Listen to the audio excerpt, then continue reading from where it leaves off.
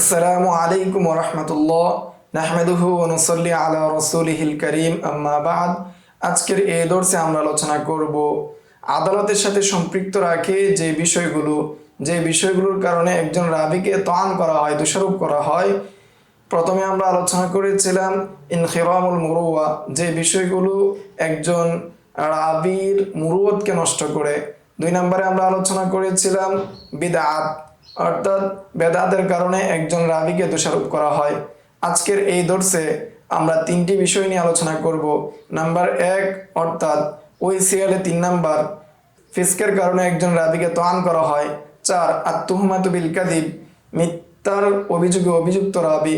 Number 5 আল-কাযিব, শুধু যে রাবী মিথ্যাবাদী, অর্থাৎ রাসূল সাল্লাল্লাহু আলাইহি ওয়াসাল্লামের হাদিসে যে রাবী মিথ্যা বানায়, মিথ্যা বলে রাসূল সাল্লাল্লাহু আলাইহি ওয়াসাল্লামের হাদিস বলে চালায়, সেই সম্পর্কে আজকের এই দর্সে আলোচনা করব। যে সমস্ত বিষয়ের কারণে একজন রাবীকে তাআন করা হয়, তার মধ্যে 3 নাম্বার হলো আল-ফিসক, 4 নাম্বার হলো আত-তুহমাতু বিল-কাযিব, 5 নাম্বার হলো আল-কাযিব। 3 নাম্বার আল-ফিসক, আল-মুরাদু বিল-ফিসকি, ফিসক দ্বারা উদ্দেশ্য হলো মান উরিফা বিরতিকাবি কবীরাতিন আও ইসরারি সগীরাতিন, যে ব্যক্তি প্রসিদ্ধ পরিচিত গুনাহে কবিরার সাথে সম্পৃক্ত হওয়ার কারণে অথবা সগীরা গুনাহ বারবার করার সাথে যেই লোক সম্পৃক্ত, যেই লোক যুক্ত, ওই ব্যক্তিকে বলা হয় ফিসকের অভিযোগে অভিযুক্ত, অর্থাৎ ফাসিক হিসাবে ওই লোককে গণ্য করা হয়। ফামান যাহারা ফিসকুহু মিনার রুওয়াতি মরদুদুন সাওয়াউন কানা ফিসকুহু বিল ফি'লি আও বিল কওলি, যার ফিসক রুওয়াতের মধ্যে, রাবীদের মধ্যে যার ফিসক প্রকাশ পেয়েছে, অর্থাৎ পাপাচার প্রকাশ পেয়েছে, ওই রাবীর রিওয়ায়াত গ্রহণযোগ্য হবে না, ওই রাবীর রিওয়ায়াত মরদুদ হিসেবে গণ্য হবে, চাই সেই ফিসকটা, পাপাচারটা কর্মের মাধ্যমেই হোক অথবা কওলের মাধ্যমেই হোক। ওই ইউসাম্মা হাদিসুহু মুনকারন, আর সেই হাদিসকে মুনকার হিসেবে গণ্য করা হবে, সেই হাদিসকে মুনকার বলা হবে। আলা রাই মান লা ইয়াশতারিতু ফিল মুনকারি উকুআল মুখালাফাতি, যে ওই ইমামদের মতামতের ভিত্তিতে যারা মুনকারের ক্ষেত্রে, অর্থাৎ হাদিসে মুনকারের ক্ষেত্রে মুখালাফাত উকু হওয়ার শর্ত করেন না, তাদের মতামত অনুযায়ী এই হাদিসকে মুনকার বলা হবে। ফাইনাল মুনকার ইতলাকান মাশহুরান, কেননা মুনকার যে হাদিস রয়েছে তার প্রসিদ্ধ 2টি ইতলাক রয়েছে, প্রসিদ্ধ 2টি বিষয় রয়েছে। 1 নাম্বার মা তাফাররাদা যায়িফুন লা ইয়াহতামিলু যুফুহু লিফিসকিহি আও ফুহশি গালাতিহি আও শিদ্দাতি গাফলাতিহি, যে 1 নাম্বার মুনকার হাদিস বলা হয় যেই হাদিসের ক্ষেত্রে কোনো দুর্বল রাবী এককভাবে বর্ণনা করেছেন এবং তার মধ্যে কোনো ধরনের ইহতিমাল থাকে না যে সেটা কি হবে, শক্তিশালী হবে, তার দোয়াফের কারণে, যে তার দোয়াফটা তৈরি হয়েছে রাবীর ফিসকের কারণে অথবা ফুহশে গলতের কারণে অথবা শিদ্দতে গাফলাতের কারণে দোয়াফ তৈরি হয়েছে, ওই দোয়াফের কারণে ওই রাবীর বর্ণিত যে হাদিস রয়েছে সেটা কবুলের ইহতিমাল থাকে না, তখন ওই ধরনের হাদিসকে মুনকার হিসেবে গণ্য করা হয়। 2 নাম্বার মা রাওয়াহু যায়িফুন মুখালিফান মান হুয়া আওসাকু মিনহু আও জামআন মিনাস সিকাত, যে হাদিসকে বর্ণনা করে যায়িফ রাবী তার চেয়ে আওসাক রাবীর মুখালাফাত করে, অর্থাৎ ওই হাদিসের মাধ্যমে তার চেয়ে কোনো আওসাক রাবীর মুখালাফাত হিসেবে বর্ণনা করে, অথবা একদল সাক রাবী যেমন হাদিস বর্ণনা করেছেন তার বিপরীতে যদি কোনো যায়িফ রাবী হাদিস বর্ণনা করে, তখন ওই হাদিসকে মুনকার হাদিস বলা হয়। তাহলে আমরা মুনকার হাদিসের 2টি সংজ্ঞা পেয়েছি।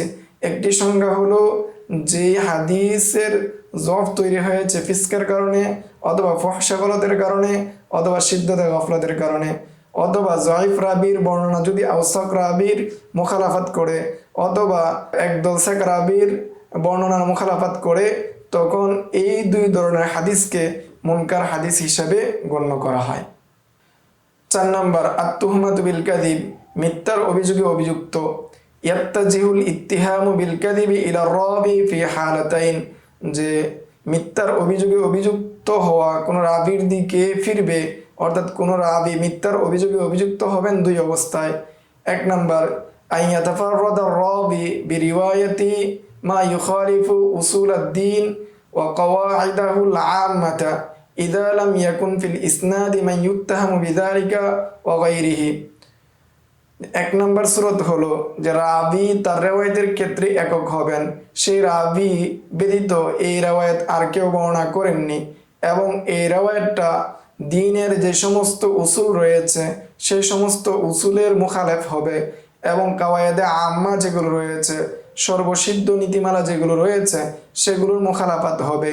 যদিও তার ইসনাদের মধ্যে এমন কোনো ব্যক্তি না থাকে যে ব্যক্তি মুত্তাহাম বিল কাযিব, এরকম ব্যক্তি যদি না থাকে, বা অন্যান্য যে বিষয়গুলো রয়েছে রাবিকে তোয়ান করার অন্যান্য যে বিষয়গুলো রয়েছে এই বিষয়ের সাথে সম্পৃক্ত অন্য কোন রাবি যদিও না থাকে, তারপরেও এই রাবির রিওয়ায়াতের কারণে তাকে তুহমাতু বিল কাযিব এর সাথে সম্পৃক্ত করা হবে, অর্থাৎ মুত্তাহাম বিল কাযিবের সাথে সম্পৃক্ত হয়ে যাবে। এটি হলো একটি সূরত। এই সূরতের ক্ষেত্রে ক্বাল হাফিজ যাহাবী, ইমাম যাহাবী বলেন, আহমদ ইবনে মুহাম্মদ ইবনে আহমদ ইয়াহইয়া লা আরিফু লাকিন রাওয়া আনহু শাইখুল ইসলাম আল হারাবী খবরান মাওযুআন, যে আহমদ ইবনে মুহাম্মদ ইবনে আহমদ বিন ইয়াহইয়া সম্পর্কে ইমাম যাহাবী বলেন, লা আরিফু, আমি তাকে চিনি না, লাকিন রাওয়া আনহু শাইখুল ইসলাম আল হারাবী, কিন্তু তার দিকে শাইখুল ইসলাম হারাবী হাদিস বর্ণনা করেছেন খবরান মাওযুআন, যে মৌজু রিওয়ায়াত বর্ণনা করেছেন। রুওয়াতুহু সিওয়াহু সিকাতুন, যে তিনি ব্যতীত অর্থাৎ সে ব্যতীত অর্থাৎ আহমদ ইবনে মুহাম্মদ ইবনে আহমদ ইবনে ইয়াহইয়া সে ব্যতীত বাকি যে সমস্ত রাবি রয়েছেন এই সনদে তারা সকলেই সেকা। যেহেতু তারা সকলেই সেকা, এই জন্য ফাহুয়াল মুত্তাহামু বিহি, ফলে তাকে মিথ্যার অভিযোগে অভিযুক্ত করা হবে। আর তুহমাতু বিল কাযিবের 2 নম্বর সূরত হলো আইয়ুরাফা আনহুল কাযিবু ফি কালামিহি ইন লাম ইয়াযহার মিনহু উকুউ যালিকা ফিল হাদিসিন নাবাবী, যে এটা বোঝা যাবে, মিথ্যাটাকে চেনা যাবে রাবির কালামের ক্ষেত্রে, যদিও তার থেকে মিথ্যাটা হাদিসে নববীর মধ্যে প্রকাশ না পায়। ওই ইউসাম্মা হাদিসুহু আল মাতরুক, আর ওই হাদিসকে অর্থাৎ মিথ্যাবাদী যে ব্যক্তি রাসূল সাল্লাল্লাহু আলাইহি ওয়াসাল্লামের হাদিসে মিথ্যা বলে না কিন্তু মানুষের সাথে কথা বলতে গিয়ে মিথ্যা বলে, ওই ব্যক্তির বর্ণনাকে বা ওই ব্যক্তির বর্ণিত হাদিসকে মাতরুক বলা হবে। ওয়ামিন উলামাই মান ইউসাম্মিল মাতরুকা মাতরুহান, কতক উলামায়ে কেরাম রয়েছেন যারা মাতরুককে মাতরুহ ও বলেন। ওয়ামিনহুম মান জাআলাল মাতরুহা নাওআন মুস্তাকিল্লান, আবার কতক উলামায়ে কেরামগণ মাতরুহকে স্বতন্ত্র একটি প্রকার হিসেবে গণ্য করেন।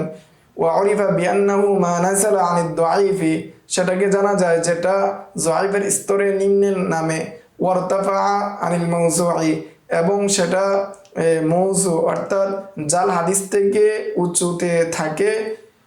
ওমিম্মান যাহাবা ইলা যালিকা যাহাবী, এই মতের দিকে গিয়েছেন, এই মত পোষণ করেছেন ইমাম যাহাবী রাহিমাহুল্লাহ। 5 নম্বর আল কাযিব, যে বিষয়ের কারণে একজন রাবির আদালতের মধ্যে ত্রুটি তৈরি হয়, তার মধ্যে 5 নম্বর বিষয় হলো আল কাযিব, রাবির মিথ্যা। আল মুরাদু বিল কাযিবি বিল হাদিসিন নাবাবী, যে নবী সাল্লাল্লাহু আলাইহি ওয়াসাল্লামের হাদিসের মধ্যে মিথ্যা হওয়া, এটাই উদ্দেশ্য। আল মুরাদু বিল কাযিবি ফিল হাদিসিন নাবাবী, কাযিব দ্বারা উদ্দেশ্য হলো নবী করিম সাল্লাল্লাহু আলাইহি ওয়াসাল্লামের হাদিসের মধ্যে মিথ্যা বলা। আইয়ারুবি রাবিন আনিন নবী সাল্লাল্লাহু আলাইহি ওয়াসাল্লাম মা লাম ইয়াকুলহু ওয়া লাম ইয়াফআলহু ওয়া লাম ইউকিরহু, যে রাবি নবী করিম সাল্লাল্লাহু আলাইহি ওয়াসাল্লাম থেকে এমন কিছু বর্ণনা করেন যা রাসূল সাল্লাল্লাহু আলাইহি ওয়াসাল্লাম বলেন নাই, রাসূল সাল্লাল্লাহু আলাইহি ওয়াসাল্লাম যে কর্ম করেন নাই, অথবা রাসূল সাল্লাল্লাহু আলাইহি ওয়াসাল্লাম যে কাজের উপর সমর্থন দেন নাই, মনোসম্মতি প্রকাশ করেন নাই, এরকম কিছু রাসূল সাল্লাল্লাহু আলাইহি ওয়াসাল্লাম থেকে বর্ণনা করা। ফাল কাযযাবু মান কাযযাবা আলান নবী সাল্লাল্লাহু আলাইহি ওয়াসাল্লাম, ফলে কাযযাব বলা হবে ওই ব্যক্তিকে যে রাসূল সাল্লাল্লাহু আলাইহি ওয়াসাল্লামের উপর মিথ্যা রটায়। ওয়ালাউ মাররাতান সাওয়াউন কানা মু'তামিদান আও খাতান, সেটা চাই একবারই হোক, সেটা সে ইচ্ছাকৃতভাবে করুক অথবা ভুলে করুক। ওই ইউসাম্মা হাদিসুল কাযযাবি মাওযুআন, আর কাযযাবের হাদিসকে মৌজু হিসেবে গণ্য করা হয়, যে কাযযাব ব্যক্তি যে হাদিস বর্ণনা করবে সেটাকে মৌজু হাদিস হিসাবে বিবেচনা করা হয়। হুকমু রিওয়ায়াতিত তাইবি মিনাল কাযিবি মুতাআম্মিদান, যে ব্যক্তি ইচ্ছাকৃতভাবে রাসূল সাল্লাল্লাহু আলাইহি ওয়াসাল্লামের উপর মিথ্যা বলে এই ব্যক্তি যদি তওবা করে সেই ব্যক্তির রিওয়ায়াতের হুকুম কি হবে? ফিহি কওলানে, তার মধ্যে দুটি কওল রয়েছে। নাম্বার 1, কওলুল ইমাম আহমদ ওয়া আবি বকর আস-সায়রাফি ওয়া আবি বকর আল-হুমাইদি, যেমন ইমাম আহমদ, আবু বকর সায়রাফি এবং আবু বকর আল-হুমাইদি এর মত, লা তুকবালু রিওয়ায়াতুহু আবাদান ইন হাসুনাত তাওবাতুহু, যে এই সমস্ত রাবীদের রিওয়ায়াত কিছুতেই কবুল করা হবে না, কখনোই তাদের রিওয়ায়াতকে গ্রহণ করা হবে না, কবুল করা হবে না যদিও তার তওবা সুন্দর হয়।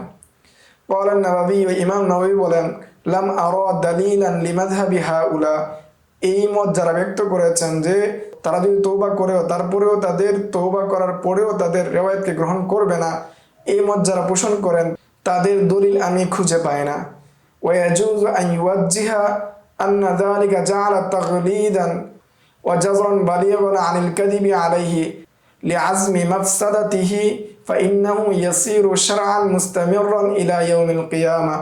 ইমাম নববী রাহিমাহুল্লাহ তিনি বলেন যে আমি তাদের মাযহাবের কোনো দলিল খুঁজে পাই না, তবে এটা বলা যেতে পারে যে তারা এটা করেছে যে রাসূল সাল্লাল্লাহু আলাইহি ওয়াসাল্লামের উপর মিথ্যারূপের কঠোরতা এবং ভয় প্রদানের জন্য নির্ধারণ করেছেন, যে যাতে করে রাসূল সাল্লাল্লাহু আলাইহি ওয়াসাল্লামের উপর কেউ সহজে মিথ্যা না বলে, এবং তার মাফসাদাত যেটা রয়েছে, তার ক্ষতি যেটা রয়েছে সেটা অনেক বড়, কেননা সেটা এমন একটি শরীয়তে পরিণত হয়, তার মিথ্যাটা এমন শরীয়তে পরিণত হয় যেটা অব্যাহত থাকে কিয়ামত পর্যন্ত।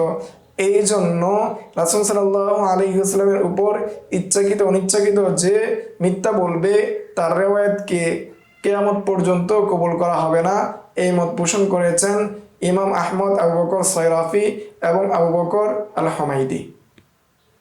2 নম্বর অভিমত, ইখতিয়ারুন নববী, ইমাম নববীর যে মতকে গ্রহণ করেছেন, হুয়া কবুলি রিওয়ায়াতিহি ইযা সাহহাত তাওবাতুহু, যে তাদের রিওয়ায়াতকে কবুল করা হবে যদি তাদের তওবা সহিহ হয়, তাদের তওবা যদি সঠিক হয় তাহলে তাদের রিওয়ায়াতকে কবুল করা হবে।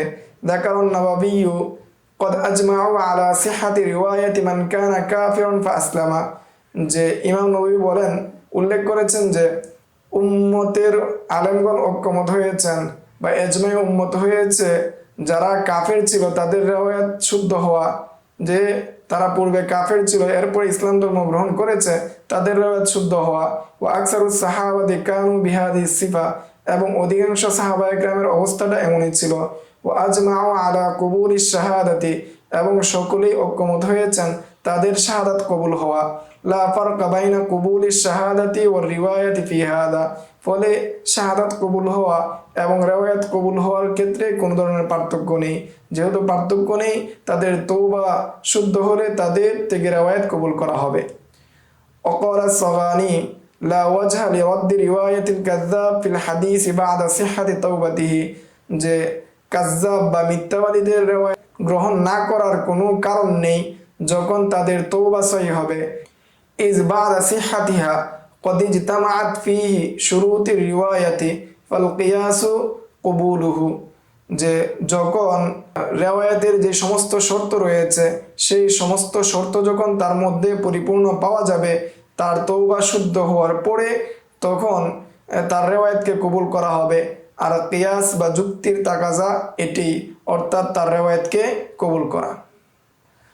মিসালু মান তাবা, তওবা করেছে এমন ব্যক্তির উদাহরণ হলো আহমদ ইবনে উবাইদিল্লাহ আবুল আশার, মাশহুরুন মিন শুয়ুখি ইবনে আসাকির, যে তিনি প্রসিদ্ধ একজন ব্যক্তি, তিনি ইবনে আসাকিরের যে সমস্ত শায়েখ ছিলেন তাদের মধ্য থেকে তিনি ছিলেন। আকররা বিওয়াদি হাদিসিন, তিনি স্বীকার করেছেন যে তিনি রাসূল সাল্লাল্লাহু আলাইহি ওয়াসাল্লামের নামে হাদিস রটনা করেছেন। সুম্মা তাবা ওয়া আনাবা, এতপর তিনি তওবা করে ফিরে এসেছেন। যেহেতু তিনি তওবা করে ফিরে এসেছেন সেই হিসাবে তার হাদিসকে কবুল করা হবে, গ্রহণ করা হবে। এই ছিল ফিসক এবং আত-তুহমাতু বিল-কাযিব এবং আল-কাযিব, এই 3 বিষয়ে সংক্ষিপ্ত আলোচনা। আসসালামু আলাইকুম ওয়া রাহমাতুল্লাহ। يؤتي الحكمة من يشاء ومن يؤت الحكمة فقد أوتي خيرا كثيرا وما يذكر إلا أولو الألباب